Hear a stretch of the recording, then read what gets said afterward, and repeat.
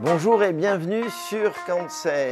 Si je vous dis astuce, si je vous dis béton, si je vous dis transparence, à quel architecte pensez-vous? Vous l'avez déjà rencontré sur notre chaîne puisque depuis de nombreuses années nous présentons ces beaux projets. Il s'agit de Patrice Cagnasso qui aujourd'hui nous reçoit en plein centre-ville dans une construction qu'il vient de terminer et réaliser pour une famille toulousaine. Bonne découverte.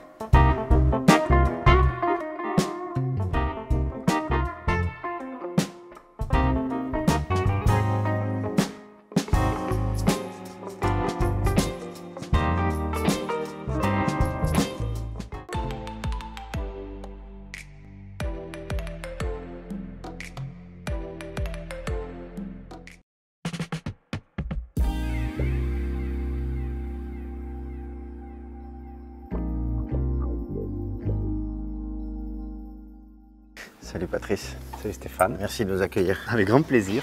C'est quoi ce bronzage là? C'est pas les chantiers? Le chantier, si, c'est le chantier. Bon, on dirait que c'est le chantier. Donc, quel contexte, encore une fois, on est au centre-ville? On est au centre-ville de Toulouse, petite parcelle de 256 mètres carrés, entourée par des maisons partout autour. Donc, sujet pas simple et qui nous sort de nos habitudes de grand terrain, des superbes vues. Mais on a souhaité faire un beau projet pour une petite famille en centre-ville. Je parlais de toi tout à l'heure en parlant d'astuces. Il a fallu en trouver ici. Quelle est l'astuce clé là, ici? Une, parce que je sais qu'il y en a plein. Le patio.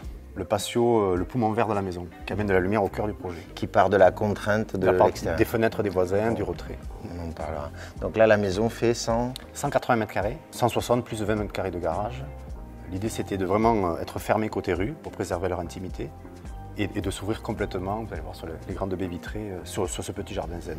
Alors là, si on démarre au fond, l'émission, c'est parce que je crois que c'est le sens du chantier. On était obligé de commencer par l'arrière, faire les murs bilames, la piscine et après la maison pour finir par le jardin côté rue. On a fait tout à l'envers. Béton, c'est pas le même celui-là que celui-là? Ça, c'est du bilame préfabriqué parce qu'en mitoyenneté, on pouvait pas couler.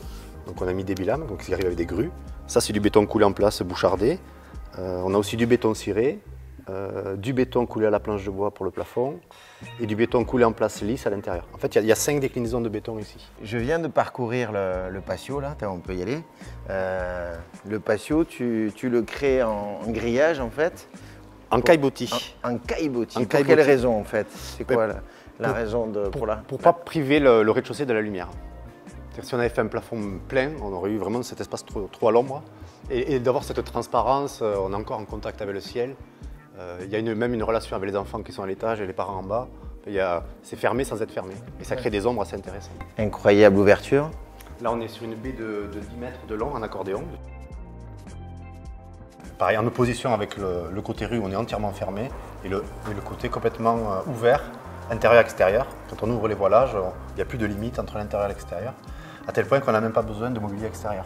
L'intérieur devient l'extérieur et inversement. Bien sûr.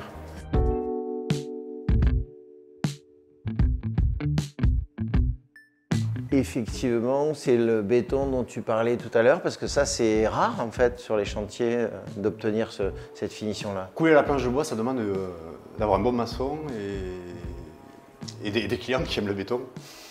Donc ça veut dire que c'est quelque chose de rajouté ou ça fait partie de la... Au coulage, on met des planches de bois et quand on décoffre, on a le veinage du bois qui reste intégré dans le béton. Et ça lui donne une texture bois, du coup. On dirait que le sol est au plafond. C'est ça. Et inversement, on a à la texture du plafond, on a opposé le côté très lisse du béton ciré au sol. Comme les contrastes qu'on a à l'extérieur. On a du béton bouchardé qui s'oppose au béton lisse. Essayez de jouer sur ces dualités-là. Là, tu joues sur ce chantier avec toute la partie techno, la partie technique apparente en fait. Tu la mets en valeur. Je la mets en valeur et elle devient déco. On évite le placo, on montre tout. Tu vas même jusqu'à des spots, on se croirait presque dans un éclairage un peu où on cible ce qu'on veut, mettre en valeur. On peut mettre ce qu'on veut, L'idée, c'est d'avoir de la mobilité dans l'éclairage. Et la matière, après, du coup, le textile, tu viens le... Ça amène de la douceur, parce que le béton, c'est quand même... Moi, je suis fan du béton, les clients aussi. Mais à un moment donné, il fallait amener un peu de rondeur, un peu de souplesse, et même pour le phonique. On met beaucoup d'ampleur de manière à ce que le rideau devienne un piège à son. Ça crée un filtre, un côté théâtral avec l'extérieur, on voit les ombres là, avec le vent. Enfin, ça amène une douceur, un petit voyage que j'aime beaucoup. La transparence, ensuite, tu parlais de ce patio qui avait été créé à partir d'une contrainte. Qui est né d'une contrainte par rapport aux maisons, la maison mitoyenne qui avait des fenêtres, on ne pouvait pas venir lui bâtir un mur à 1 mètre. Donc on a dû créer ce retrait. Et finalement ce retrait-là, avec ses fougères géantes et ce côté vert, ça mène du végétal et de la vie à l'intérieur de la maison, et de la lumière à l'intérieur de la maison, au rez-de-chaussée et à l'étage. Et aujourd'hui, donc, la vie donc, de toutes les chambres là-haut, on retrouve ce couloir en fait. On a la même structure, hein, voilà. Le couloir central, on a 2 chambres qui donnent sur la piscine pour les enfants et la suite parentale qui est sur la gauche. La particularité de cette façade, là, tu disais de la discrétion, on dirait un éclair, enfin aujourd'hui il y a une lumière particulière. La particularité c'est d'avoir fait une maison en béton mais qui reprend les codes et l'ADN du quartier. C'est-à-dire qu'on a les maisons en 2 pentes, on l'a fait en concertation avec les architectes des bâtiments de France, qui nous ont poussé à aller vers cette radicalité en respectant le volume des maisons existantes. Parce que quand on passe devant en voiture, on voit qu'il y a une matière différente, mais en termes de silhouette, on est dans une continuité. Une particularité de ce chantier que tu retiens, comme souvent avec les clients, tu crées une amitié, j'imagine que c'est la même chose. Est-ce qu'il y a une autre particularité sur cette maison pour toi? Je crois que c'est vraiment là où on s'est retrouvé avec les clients, c'est qu'ils étaient amoureux du béton. Et ils m'ont connu grâce à une maison de Kansai, la maison qu'on avait filmée à Lonaguet, la maison tout en béton.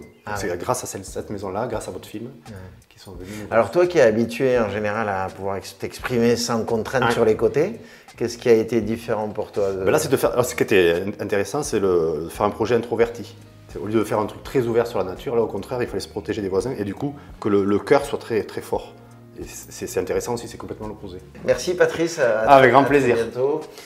Toujours aussi puissante, les projets sont forcément inspirants et j'espère qu'ils vous apporteront des idées, puisque Kansai est là, comme vient de le dire Patrice, pour faire en sorte de vous inspirer et vous donner aussi envie de travailler avec les architectes, avec les équipes avec lesquelles ils travaillent, parce qu'ils sont bien, et ils le disent d'ailleurs suffisamment, que les équipes sont essentielles pour eux.